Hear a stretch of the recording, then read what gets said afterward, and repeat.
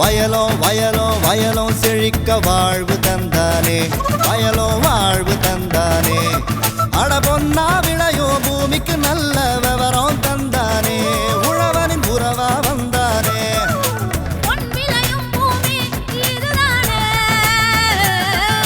வயலோ வயலோ வயலோ செழிக்க வாழ்வு தந்தானே, வயலோ வாழ்வு தந்தானே. அட பொன்னா விளையோ பூமிக்கு நல்ல விவரம் தந்தானே, உழவனின் உறவா வந்தானே. தந்தன தந்தன தன தந்தானே, மண்ணளம் பொங்கிட துணை வந்தானே. தந்தன தந்தன தன தந்தானே, மண்ணளம் பொங்கிட துணை வந்தானே. வணக்கம் வேளாண் பெருமக்களே, இன்றைய பொன் விளையும் பூமி நிகழ்ச்சியில் முதலில் வருவது வேளாண் செய்திகள், வேளாண் சந்தை நிலவரம், வேளாண் வானிலை, தொடர்ந்து வேளாண் தொழில்நுட்ப பகுதியில் கோயம்புத்தூர் தமிழ்நாடு வேளாண்மை பல்கலைக்கழக பயிர் பாதுகாப்பு ஆய்வு மையத்தின் செயல்பாடுகள் குறித்து கோயம்புத்தூர் தமிழ்நாடு வேளாண்மை பல்கலைக்கழக பயிர் பாதுகாப்பு ஆய்வு மையத்தின் இயக்குனர் முனைவர் கே ராமராஜு அவர்கள் தரும் விளக்கத்தினை காணலாம். இனி வருவது வேளாண் செய்திகள்.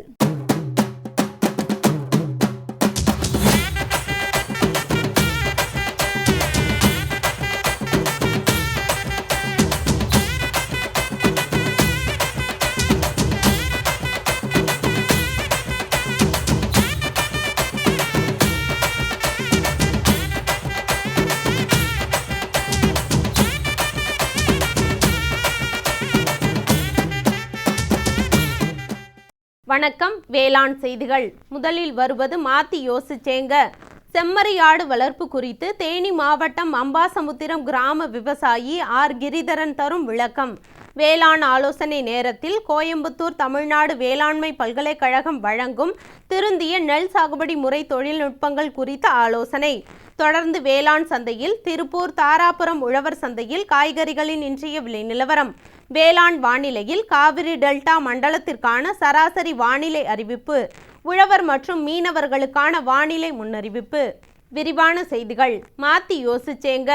பாரம்பரிய வேளாண் தொழிலுடன் கால்நடை வளர்ப்பில் ஆர்வம் கொண்டு தனது 30 ஏக்கர் நிலத்தின் ஒரு பகுதியை மேய்ச்சலுக்கு பயன்படுத்தி தீவன செலவை குறைத்து வெற்றிகரமாக செம்மறியாடு வளர்ப்பில் ஈடுபட்டு வரும் தேனி மாவட்டம் அம்பாசமுத்திரம் விவசாயி ஆர் கிரிதரன் தனது செம்மறியாடு வளர்ப்பில் குட்டிகள் பராமரிப்பு, தடுப்பூசி போடுதல், வணிக ரீதியிலான வருமானம் போன்றவற்றினை தேனி மாவட்ட கால்நடை பராமரிப்பு துறையிலும் உழவர் பயிற்சி மையத்திலும் தனக்கு கிடைத்த ஆலோசனைகள் மூலம் அதிக வருவாயினை ஈட்டி வரும் இவரின் அனுபவங்களை நம்மிடம் கூற கேட்டபோது,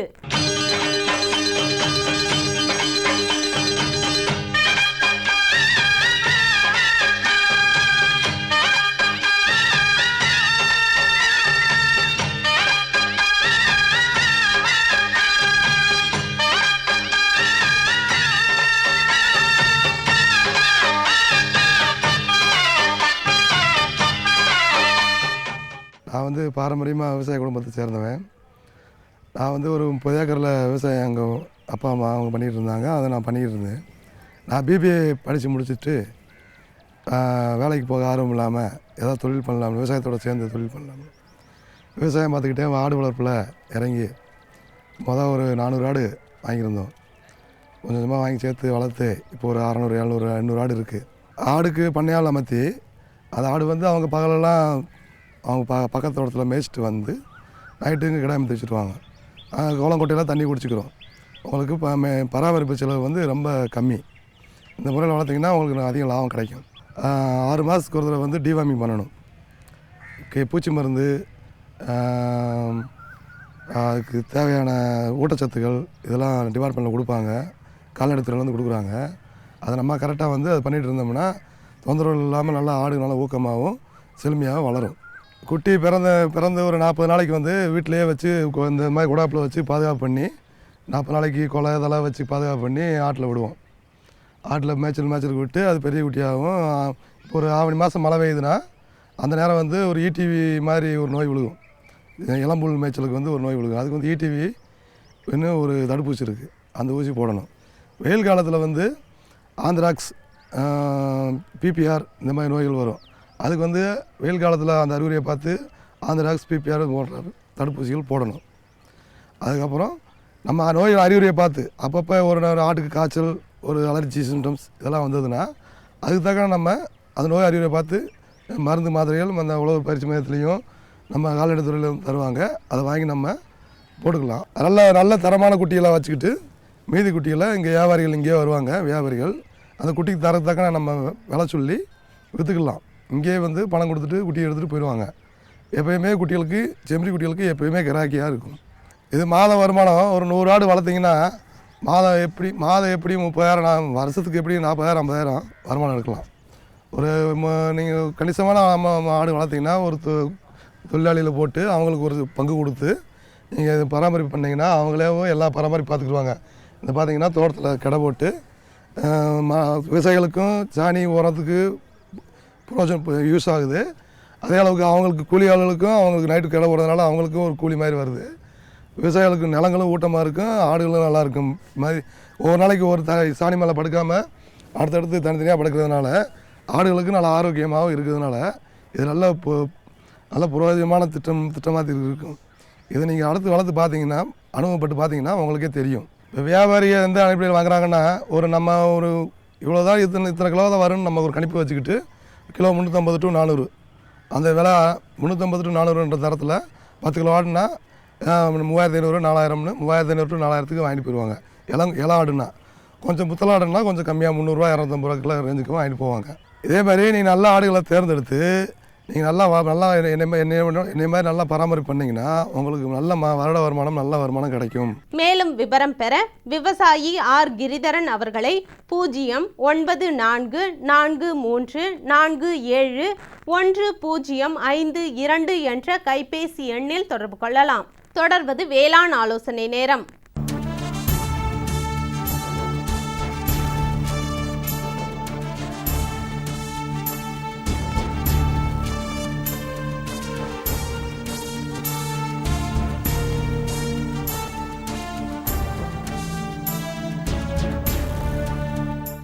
திருந்திய நெல் சாகுபடி முறைகள். பருவம். திருந்திய நெல் சாகுபடிக்கு வறண்ட வானிலையில் தடையற்ற நீர்ப்பாசனம் மிகவும் உகந்ததாகும். ரகங்கள். திருந்திய நெல் சாகுபடிக்கு ஏற்ற ரகங்களாக வீரிய ரகங்கள் பரிந்துரைக்கப்படுகின்றன. ஏனெனில் இவை அதிகமான தூர் வெடிக்கும் திறன் கொண்டிருப்பதால் நிறைய கதிர்களுடன் அதிக மகசூல் பெற வாய்ப்புள்ளது. நாற்றாங்கால். நிலத்தை தயார் செய்தல். ஒரு ஏக்கரில் நடுவதற்கு 100 மீட்டர் நாற்றாங்கால் தயார் செய்ய வேண்டும். சமமான நிலத்தை நீர் ஆதாரத்திற்கு பக்கத்தில் தேர்ந்தெடுக்க வேண்டும். பிளாஸ்டிக் விரிப்பை விரித்து அல்லது பாலித்தீன் பைகளை உபயோகித்து மெல்லிய உயர்த்தப்பட்ட படுக்கையில் வைப்பதால் வேர்கள் வளர்ந்து மண்ணின் ஆழத்திற்கு செல்லாமல் தடுக்கப்படுகிறது.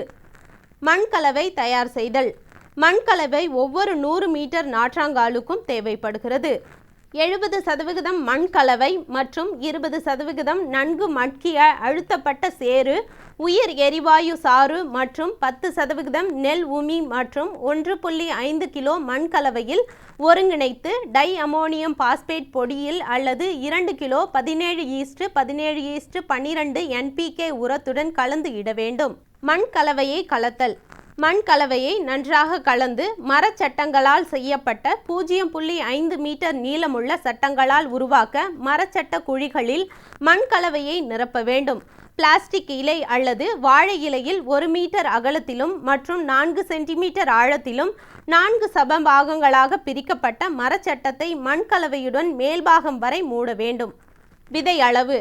ஒரு குத்துக்கு ஒற்றை நாற்று எனும் நடவானால் 7 முதல் 8 கிலோ விதையும், ஒரு குத்துக்கு 2 நாற்று நடவானால் 12 முதல் 15 கிலோ விதையும் தேவைப்படும். நெல் பயிர் வளர்வதில் இடர்பாடுகள் உள்ள இடத்திற்கு குத்துக்கு 2 நாற்று முறை ஏற்றதாகும். உயிர் உரங்கள். உயிர் உரங்களான 2 கிலோ அசோஸ்பைரிலம் மற்றும் 5 கிலோ மைக்கோரிஷால் பூஞ்சானம் 100 மீட்டர் நர்சரி நிலத்திற்கு போதுமானதாகும். விதைத்தல். உலர்ந்த மண்ணை வைத்து 5 மில்லிமீட்டருக்கு விதையை மூட வேண்டும். ரோஸ் கேன் பயன்படுத்தி உடனடியாக தண்ணீரை தெளித்து படுக்கையை நனைத்து மரச்சட்டத்திலிருந்து நீக்க வேண்டும். தேவைப்படும் பகுதி முடியும் வரை இந்த முறையை தொடர வேண்டும். நீர் பாய்ச்சுதல். நாற்றாங்காலுக்கு ரோஸ் கேன் பயன்படுத்தி தினமும் 2 அல்லது 3 முறை நீர் விட்டு மண்ணை ஈரப்பதமாக வைக்க வேண்டும். விதைத்த 5 நாட்கள் வரை கனமழையிலிருந்து நாற்றாங்காலை பாதுகாக்க வேண்டும். 6 நாட்களுக்கு பிறகு லேசான நீரை நாற்றுப்பாயை சுற்றிலும் பராமரிக்க வேண்டும். நாற்றுப்பாய்கள் எடுத்தல். நடுவதற்கு நாற்றுக்கள் குறிப்பிட்ட அளவு உயரத்தை அடைந்தவுடன் 15வது நாளில் நட வேண்டும். நாற்றுப்பாய்களை எடுத்து வயலுக்கு மாற்ற வேண்டும். நடவு வயல் இரவை நிலத்தை நடவு நெல்லுக்கு ஏற்றவாறு தயார் செய்ய வேண்டும். நடவு 14 முதல் 15 தினங்கள் ஆன 1 அல்லது 2 நாற்றுக்களை 25க்கு 25 சென்டிமீட்டர் சதுர நடவு நட வேண்டும். நடப்பட்ட 7 மற்றும் 10வது நாட்களுக்கு பிறகு இடையில் உள்ள இடைவெளியை நிரப்ப வேண்டும். நாற்றுக்களை நாற்றாங்காலிலிருந்து எடுத்த 30 நிமிடங்களுக்குள் நடவு செய்திடல் வேண்டும். களை மேலாண்மை கோனோவீடர் களை எடுக்கும் கருவி பயன்படுத்தி களை எடுக்கலாம். முன்னோக்கி மற்றும் பின்னோக்கி நகரும் களை கருவி மூலம் களை எடுத்தல் மற்றும் நட்ட 10 முதல் 15 நாட்களுக்கு பிறகு வரிசைகள் மற்றும் திசையில் 7 முதல் 10 நாட்கள் இடைவெளியில் மண்ணுக்கு காற்றோட்டம் அளித்தல் வேண்டும். வேர்களுக்கு அருகில் கைகளை மூலம் களைகளை அகற்ற வேண்டும். இலைவண்ண அட்டை மூலம் தழைச்சத்து மேலாண்மை.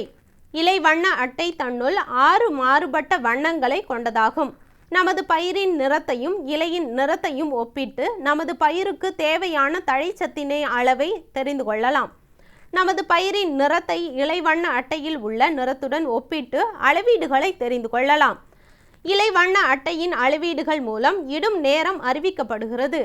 விதைத்த 14 நாட்களுக்கு பிறகு நடப்பட்ட நெல்லில் அளவீடுகள் எடுக்க வேண்டும் அல்லது நேரடி நெல் விதைத்த 21 நாட்களுக்கு பிறகு அளவீடுகள் எடுக்க வேண்டும்.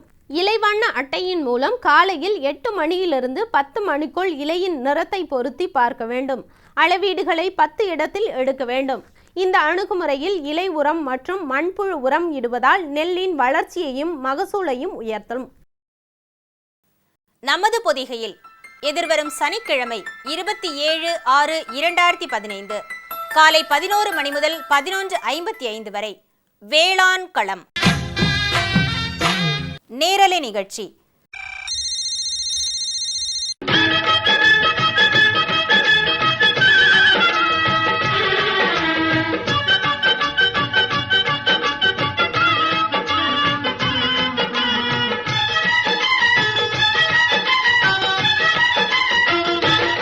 வேளாண் களம் நேரலை நிகழ்ச்சி சிறுதானியங்கள் மற்றும் அவற்றின் சாகுபடி, சந்தைப்படுத்தும் முறைகள், வேளாண் பருவநிலைக்கேற்ற சாகுபடி தொழில்நுட்பங்கள் மற்றும் வேளாண்மையில் பயிர் பாதுகாப்பு முறைகள் குறித்து விளக்கமளிக்கிறார்கள் இத்துறை வல்லுநர்கள்.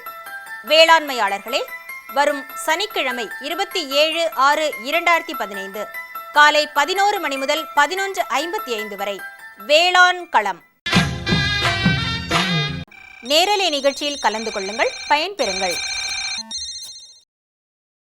விளம்பர இடைவேளைக்கு பிறகு வேளாண் செய்திகள் தொடரும்.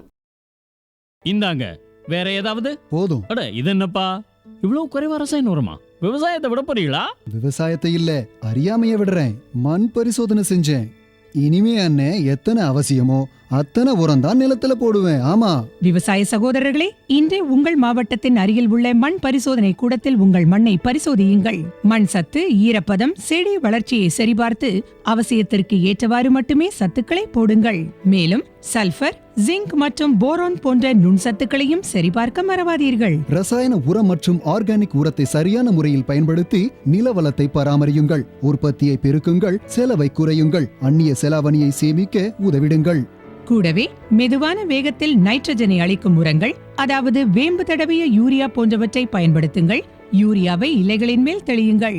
ஆஹா, நீ நெசமாவே புத்திசாலி ஆயிட்டப்பா.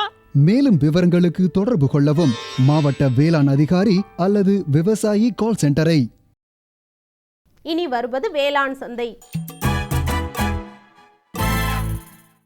திருப்பூர் மாவட்டம் தாராபுரம் உழவர் சந்தையில் காய்கறிகளின் இன்றைய விலை நிலவரம். கத்தரிக்காய் 1 கிலோ 14 ரூபாய்க்கும், வெண்டைக்காய் 1 கிலோ 12 ரூபாய்க்கும், அவரைக்காய் 1 கிலோ 36 ரூபாய்க்கும், சின்ன வெங்காயம் 1 கிலோ 50 ரூபாய்க்கும், பெரிய வெங்காயம் 1 கிலோ 32 ரூபாய்க்கும், தக்காளி 1 கிலோ 22 ரூபாய்க்கும், கறிவேப்பிலை கட்டு ஒன்றிற்கு 4 ரூபாய்க்கும், கொத்தமல்லி கட்டு ஒன்றிற்கு 10 ரூபாய்க்கும் விற்பனை செய்யப்பட்டது. இனி வருவது வேளாண் வானிலை.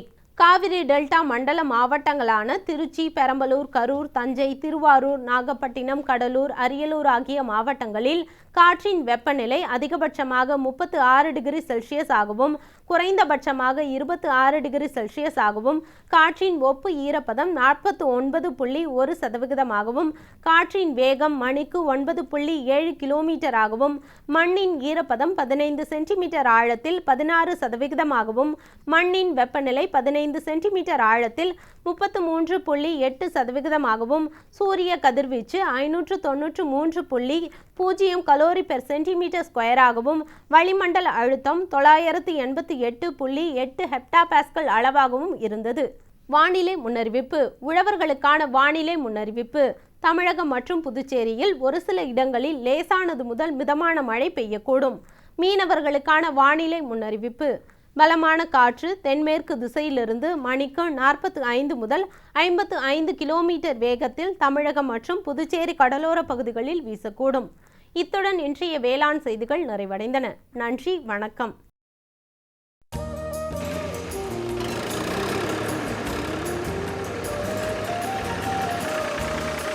ஏப்பா கருப்பா, விதை வாங்கின, பூச்சி மருந்து வாங்கின, இப்ப உரம் வாங்கியிருக்க. இவ்வளவுத்துக்கும் பணம் எங்க இருந்துப்பா வருது? முருகா, இப்ப நான் பணத்தை பத்திக்க கவலையே படுறதில்ல. ஏன்னா என்கிட்ட தான் கிசான் கிரெடிட் கார்டு இருக்கு. கார்டு? இது என்னப்பா? அதாவது இது பேங்க்ல கொடுக்குறாங்க. இந்த கார்டை வச்சுக்கிட்டு ஒரு குறிப்பிட்ட தொகைக்கு நம்ம நிலத்துக்கு என்னென்ன சாமான் தேவையோ. அப்படியா? எனக்கும் ஒரு கார்டு வாங்கி கொடுப்பா. அப்படியா? பக்கத்துல இருக்கிற பேங்க்கு போ, கார்டை வாங்கிக்க, நிறைய லாபம் அடைஞ்சிரு.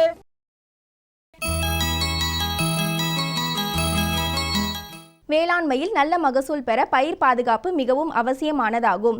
கோயம்புத்தூர் தமிழ்நாடு வேளாண்மை பல்கலைக்கழகத்தில் அமைந்துள்ள பயிர் பாதுகாப்பு ஆய்வு மையத்தில் வேளாண் விஞ்ஞானிகள் இந்திய வேளாண் ஆராய்ச்சி கழக வழிகாட்டுதலுடன் தேனீ வளர்ப்பு, காளான் வளர்ப்பு, உயிரியல் முறைகள் மற்றும் பூச்சிகளை கட்டுப்படுத்துதல் ஆகிய துறைகளில் பயிற்சிகளை கொடுத்து விவசாயிகளுக்கு விழிப்புணர்வை ஏற்படுத்தி வருகின்றனர்.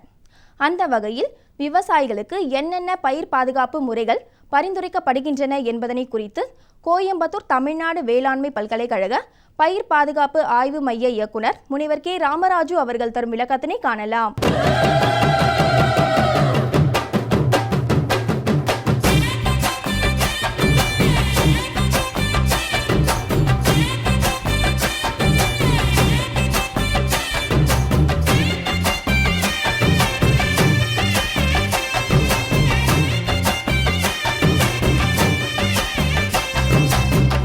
வணக்கம். தமிழ்நாடு வேளாண்மை பல்கலைக்கழகத்தில் அமைந்துள்ள இயக்குநரகங்களில் பயிர் பாதுகாப்பு மையம் முக்கிய பங்கு வகிக்கிறது. இந்த பயிர் பாதுகாப்பு மையத்தில் 4 துறைகள் செயல்பட்டு வருகின்றன. இங்கு 3 முக்கியமான செயல்பாடுகள் நடத்தப்பட்டு வருகின்றன. மாணவர்களுக்கு கல்வி பயிலுதல், ஆராய்ச்சிகள் மேற்கொள்ளுதல் மற்றும் இந்த ஆராய்ச்சிகளின் முடிவுகளை திறன்பட செயல்படுத்த வேளாண் விஞ்ஞானிகள் மூலம் தமிழக அரசின் உதவியோடு வேளாண் பெருமக்களுக்கு எடுத்துச் சென்று அதன் மூலம் அதிக உற்பத்தியை பெருக்க வைப்பதுதான் இதன் முக்கிய நோக்கமாகும். இந்த துறைகளிலே இந்த கல்வி கற்பிப்பதோடு மற்றும் பூச்சியியல் துறையில் பிற ஆராய்ச்சி நிறுவனங்களில் மற்றும் பிற ஆராய்ச்சி நிலையங்களில் மற்றும் யூனிவர்சிட்டியில் இருக்கக்கூடிய வேளாண் விஞ்ஞானிகளுக்கு பூச்சியியல் துறை சம்பந்தப்பட்ட தொழில்நுட்பங்களை அவ்வப்பொழுது அதில் கண்டுபிடிக்கப்பட்டுள்ள புதிய முறைகளை அறிமுகப்படுத்துவதற்காக இந்திய வேளாண் ஆராய்ச்சி கழகத்தின் உதவியோடு ஒவ்வொரு வருடமும் 1 அல்லது 2 21 நாள் ட்ரைனிங் நடத்தப்பட்டு வருகின்றது. இதிலே பங்கு பெறுவர்களுக்கு அவ்வப்பொழுது இந்த பூச்சியியல் துறையில் பல்வேறு ஆய்வு திட்டங்களின் மூலம் கண்டுபிடிக்கப்பட்டுள்ள உத்திகளை எடுத்து கூறி அவர்கள் பயன்பெறும் வகையில் இந்த பயிற்சிகள் நடத்தப்பட்டு வருகின்றன. உதாரணத்துக்கு பூச்சியியல் துறையில் தேனீ வளர்ப்பது பற்றி அதிக ஆர்வத்துடன் வேளாண் பெருமக்களும் மற்றவர்களும் தொழில் முனைவோரும் பங்கு பெற்று பயிற்சி அளிக்கப்பட்டு வருகிறது. அதேபோல் பயில் நோயியல் துறையில் காளான் வளர்ப்பது எப்படி என்பதை பற்றி பயிற்சிகள் அளிக்கப்பட்டு வருகிறது. இந்த பயன்படுத்தி கொண்டு ஒவ்வொரு மாதமும் பிரதி மாதம் 5ஆம் தேதி காளான் பயிற்சியும் பிரதி மாதம் 6ஆம் தேதி தேனீ வளர்ப்பு பயிற்சியும் இங்கு நடத்தப்பட்டு வருகிறது. நூற்றுக்கணக்கான விவசாயிகள் மற்றும் பொதுமக்கள் இதில் கலந்து கொண்டு அதிக பலன் பெற்று வருகிறார்கள்.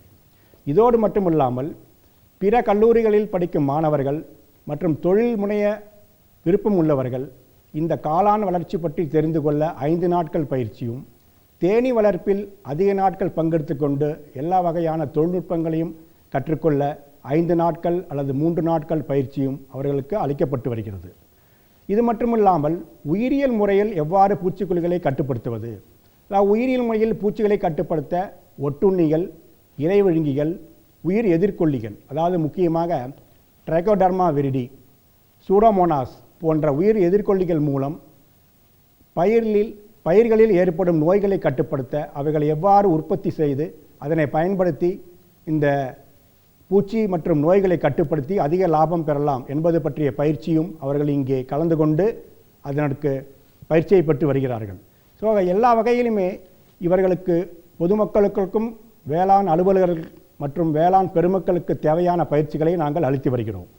இது மட்டும் இல்லாமல் ஆராய்ச்சியை எடுத்துக்கொண்டீர்கள் என்றால் பயிர் நோயியல் துறை, பூச்சியியல் துறை மற்றும் நூற்புழுவியல் துறையில் ஏற்படக்கூடிய சேதங்களை கட்டுப்படுத்தி அவற்றை எவ்வாறு ஒருங்கிணைத்து ஒரே முறையில் கட்டுப்படுத்தி குறைந்த செலவில் அதிக லாபம் அடையலாம் என்ப தொழில்நுட்பங்களை கண்டுபிடித்து அவர்களுக்கும் அது சார்ந்த பயிற்சிகளை அளித்து வருகிறோம். இந்த மையத்தில் நடத்தப்படுகின்ற ஆராய்ச்சியை எடுத்துக்கொண்டீர்கள் என்றால் முக்கியமாக பூச்சியியல் துறையில் பூச்சிகளின் வகைகளை கண்டறிதல்.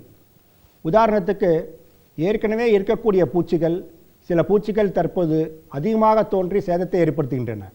சில பூச்சிகள் வெளிநாடுகளிலிருந்து நம் நாட்டிற்கு உள்ளே நுழைந்து அவைகள் மூலம் சேதத்தை ஏற்படுத்துகின்றன. இவ்வாறு தோன்றக்கூடிய பூச்சிகளை வகைப்படுத்துதல். இரண்டாவது, பயிரில் ஏற்படக்கூடிய பூச்சி மற்றும் நோய் தாக்குதலை எதிர்த்து வளரக்கூடிய, அதாவது ரெசிஸ்டன்ட் வெரைட்டி என்று சொல்வோம், அந்த மாதிரி ரகங்களை கண்டறிந்து வெளியிடுதல். மூன்றாவதாக, உயிரியல் முறையில் ஒட்டுண்ணி, இரைவழுங்கி மற்றும் உயிர் எதிர்கொல்லிகளை பயன்படுத்தி பூச்சி மற்றும் நோய்களை கட்டுப்படுத்தி அதிக மகசூல் பெறுதல். நான்காவதாக, சேமிப்பு தானியங்களில் ஏற்படும் சேதத்தை குறைக்க அதில் வரக்கூடிய பூச்சிகளை கட்டுப்படுத்துதல்.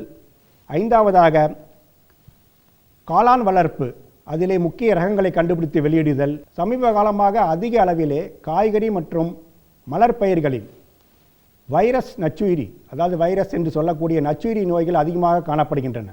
இவைகளை கட்டுப்படுத்துவதற்கு தேவையான ஆராய்ச்சிகளும் மேற்கொள்ளப்பட்டு வருகின்றன. இறுதியாக, பூச்சிக்கொல்லி மருந்துகளை உபயோகப்படுத்துவதனால் ஏற்படக்கூடிய தீமைகளை பற்றி பூச்சிக்கொல்லி நச்சுயிரியல் துறையிலே அதிக ஆராய்ச்சிகள் மேற்கொள்ளப்பட்டு வருகின்றன. இந்த புதிதாக வரக்கூடிய பூச்சிக்கொல்லி மருந்துகளின் திறன்களை கண்டறிதல், பிறகு அவற்றை பயன்படுத்தும் போதும் வயல்வெளிகளில் ஏற்படக்கூடிய மாசு கட்டுப்பாடு சம்பந்தமாக ஏற்படக்கூடிய தீமைகளை கண்டறிதல், இவைகளை வயல்வெளிகளில் பயன்படுத்தப்படும்போது எந்த அளவிற்கு அவைகளின் நச்சுத்தன்மை உணவுப் பொருள்களில் மற்றும் காய்கறி மற்றும் பழங்களில் இருக்கிறது என்பதை கண்டறிதல், பூச்சிக்கொல்லி மருந்துகளை பயன்படுத்திய பிறகு எத்தனை நாட்களுக்கு பிறகு அறுவடைக்கான நாட்களை காத்திருந்து பிறகு அறுவடை செய்தல், அதாவது வெயிட்டிங் பீரியட் என்று சொல்வார்கள், அதை கண்டறிதல். இந்த பூச்சிக்கொல்லி மருந்துகளின் எஞ்சிய நஞ்சு தண்ணீர், மண் மற்றும் உணவு பொருட்களில் இருப்பதை கண்டறிதல். பிறகு இதனால் ஏற்படக்கூடிய தீமைகள், அதாவது முக்கியமாக நன்மை தரக்கூடிய பூச்சிகளில் இவைகளால் ஏற்படக்கூடிய தீமைகள் என்னென்ன ஆகியவற்றை கண்டறிந்து அதற்கு தகுந்தவாறு பரிந்துரைகளை விவசாயிகளுக்கு தெரியப்படுத்தி அதன் மூலம் அதிக லாபங்களையும் மகசூலையும் பெற வழிகளை ஏற்படுத்துகின்றோம். இந்த பூச்சிக்கொல்லி மருந்துகளால் ஏற்படக்கூடிய தீமைகளை முக்கியமாக ஒரு விழிப்புணர்வு மூலம் நமது மக்களுக்கு சென்றடைய செய்ய அதிக பயிற்சி முகாம்களையும் நடத்தி வருகின்றோம். ஒரு நாள் ட்ரைனிங் என்று சொல்லக்கூடிய தினங்களில் பூச்சிக்கொல்லி மருந்துகளை எவ்வாறு பயன்படுத்துவது, எந்த முறையிலேயே அந்த ஸ்ப்ரேயர்ஸை பயன்படுத்துவது, எந்தெந்த உபகரணங்களை பயன்படுத்துவது, அடியிலே தங்கக்கூடிய பூச்சிகளுக்கு எவ்வாறு தெளிப்பான் மூலம் மருந்து செலுத்துவது, மேலே இருப்பதற்கு எவ்வாறு செலுத்துவது, எந்த அளவு பவர் ஸ்ப்ரேயரை உபயோகப்படுத்தும் போது நீரின் அளவு இருக்க வேண்டும், கைத்தெளிப்பானை பயன்படுத்தும் பொழுது எந்த அளவுக்கு அதிலே நீரின் அளவு இருக்க வேண்டும் என்பதையெல்லாம் எடுத்து கூறி அதனை எவ்வாறு தெளித்தால் நல்ல பலன் கிடைக்கும், அதை எப்பொழுது தெளிக்க வேண்டும், எந்த அளவு தெளிக்கப்பட வேண்டும், பரிந்துரை செய்யப்பட்ட அளவுதான் தெளிக்க வேண்டும் என்பதெல்லாம் எடுத்து கூறி இப்பொழுது ஒரு விழிப்புணர்ச்சியை நாங்கள் ஏற்படுத்தி வருகிறோம். இந்த ஒருங்கிணைந்த பயிர் பாதுகாப்பு முறைகளை பயன்படுத்தும் பொழுது முதலிலே உழவியல் முறைகளை பயன்படுத்த வேண்டும். அதாவது பயிர் சுழற்சி என்று சொல்லக்கூடிய முறையிலே பயிரை தாக்காத பூச்சிகள் இருப்பினும் அது நெல்லுக்கு பிறகு வேறொரு பயிர், உதாரணத்துக்கு துவரை அல்லது பச்சை பயிறு அல்லது கிரீன் கிராம், பிளாக் கிராம் போன்றவற்றை செய்ய வேண்டும். பருத்திக்கு பிறகு பருத்தியை தாக்காத பூச்சிகள் வரக்கூடிய பயிரை பயிரிட வேண்டும். அது மாதிரி பயிர் சுழற்சி முறை, பிறகு இயற்பியல் முறை என்ற சொல்லக்கூடிய ட்ராப்ஸ், அதாவது ஃபெரமோன் ட்ராப்ஸ், இனக்கவர்ச்சி பொறிகள், மஞ்சள் அட்டை பொறி, அதாவது எல்லோ ட்ராப், ஸ்டிக்கி ட்ராப், இது மாதிரியான லைட் ட்ராப், அதாவது விளக்கு பொறி, இவைகளை வைத்து பூச்சிகளின் நடமாட்டத்தை கண்காணித்து அந்த கண்காணிப்பின் மூலம் அவைகள் அதிகமாக வரும்பொழுது அவைக்கு தேவையான மருந்துகளை தெளித்து கட்டுப்படுத்த வேண்டும். அடுத்ததாக தாவர பூச்சிகளை முதலிலே நோயோ பூச்சியோ குறைந்த அளவில் தென்பட்டால் இவைகளை கட்டுப்படுத்த தாவர பூச்சிக்கொல்லி மருந்துகளை பயன்படுத்த வேண்டும். உதாரணத்துக்கு வேப்ப எண்ணெய் 2% அல்லது 3% கரைசலை தெளிக்க வேண்டும். அதனுடன் தெளிக்கும் பொழுது அதனை ஒட்டும் திரவத்தோடு சேர்ந்து தெளிக்க வேண்டும். இரண்டாவதாக வேப்பங்கொட்டை சாறு 5%, அதாவது 50 கிராம் 1 லிட்டருக்கு என்ற அளவிலே அதை தயார் செய்து அதை பூச்சி அல்லது நோய் ஏற்பட்ட செடிகளிலே தெளித்து நல்ல பலனை பெறலாம்.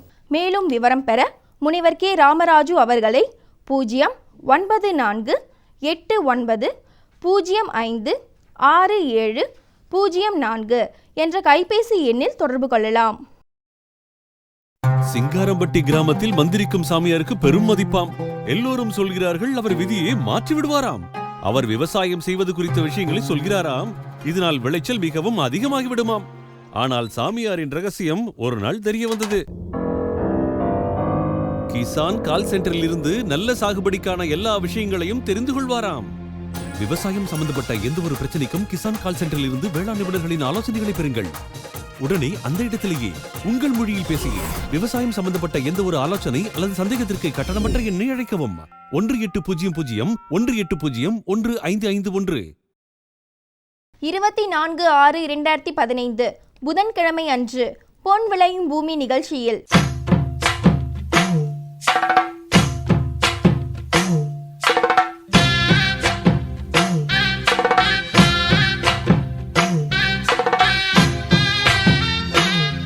மாத்தி யோசிச்சேங்க. மீன் குஞ்சு பராமரிப்பு குறித்து தஞ்சாவூர் மாவட்டம் பாபநாசம் வட்டம் உடையார் கோவில் கிராம விவசாயி ஆர் ரவிச்சந்திரன் அவர்கள் தரும் செய்தி. வேளாண் ஆலோசனை நேரம். அலங்கார மீன் வளர்ப்பில் பொன்மீன் குறித்து தஞ்சாவூர் மாவட்டம் சூரக்கோட்டை தமிழ்நாடு மீன்வள பல்கலைக்கழக மீன்வள பயிற்சி மற்றும் ஆராய்ச்சி மைய உதவி பேராசிரியர் மற்றும் தலைவர் டாக்டர் வி செந்தில்குமார் அவர்கள் தரும் ஆலோசனைகள். வேளாண் தொழில்நுட்ப பகுதியில் கோயம்புத்தூர் தமிழ்நாடு வேளாண்மை பல்கலைக்கழகத்தின் பயிர் பாதுகாப்பு ஆய்வு மையத்தின் செயல்பாடுகள் குறித்து கோயம்புத்தூர் தமிழ்நாடு வேளாண்மை பல்கலைக்கழக பயிர் பாதுகாப்பு ஆய்வு மைய இயக்குனர் முனிவர் கே ராமராஜு அவர்கள் தரும் விளக்கம் ஆகியன இடம்பெறும்.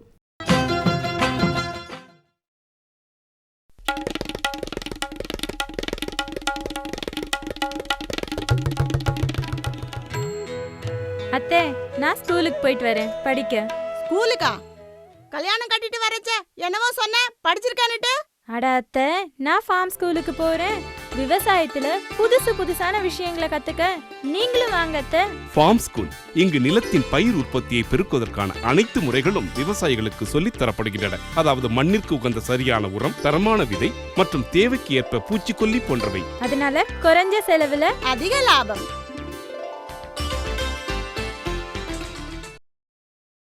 மீண்டும் நாளைய பொன் விளையும் பூமி நிகழ்ச்சியில் சந்திப்போம். நன்றி, வணக்கம்.